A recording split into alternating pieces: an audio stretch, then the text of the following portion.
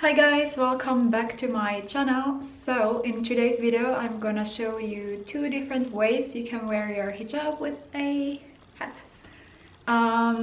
So before we start with the actual tutorials, just a few tips. So first, try to wear your hair or your, do your bun or however you like to wear your hair as low as possible so that you can actually fit the hat to your head.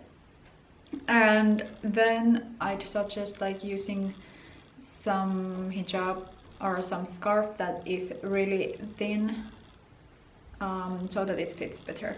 So yeah, let's just start this tutorial.